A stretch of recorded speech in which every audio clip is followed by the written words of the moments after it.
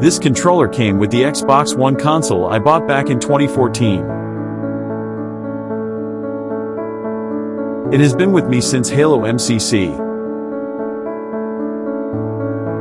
Halo 5, and now Halo Infinite.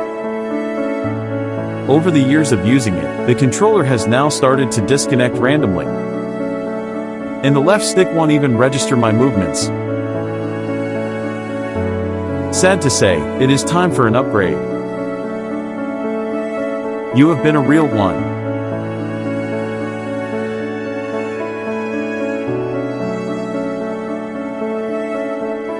Now, it's time to make new memories.